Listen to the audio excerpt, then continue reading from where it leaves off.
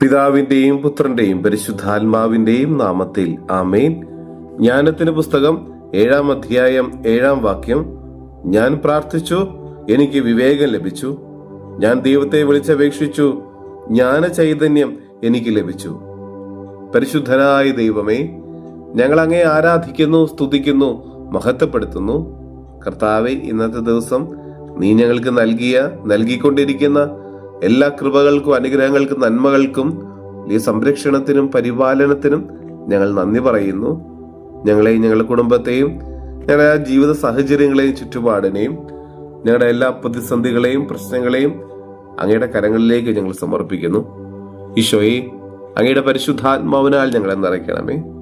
ചോദിക്കുന്നവർക്കെല്ലാം എത്രയോ അധികമായിട്ട് ഈ പരിശുദ്ധാത്മാവിനെ നൽകുകയില്ലേ? പരിശുദ്ധാത്മാവിനാൽ നിറഞ്ഞ് പ്രതികൂല സാഹചര്യങ്ങൾക്ക് നടുവിൽ വിവേകത്തോടെ നിൽക്കാനായിട്ട് ഞങ്ങൾക്ക് കൃപ നൽകണമേ. ഈശോയെ, നന്മ തിന്മകളെ വിവേചിച്ചറിയാനുള്ള വലിയ ജ്ഞാനം നൽകണമേ. തെറ്റായ പ്രബോധനങ്ങൾ വീഴാതിരിക്കാനുള്ള വലിയ കൃപ ഞങ്ങൾക്ക് നൽകണമേ. ഈശോയെ, ഈ ലോകത്തിലെ പ്രവണതകൾക്ക് എതിരെ നീന്താനുള്ള വലിയ ധൈര്യം ഞങ്ങൾക്ക് നൽകണമേ.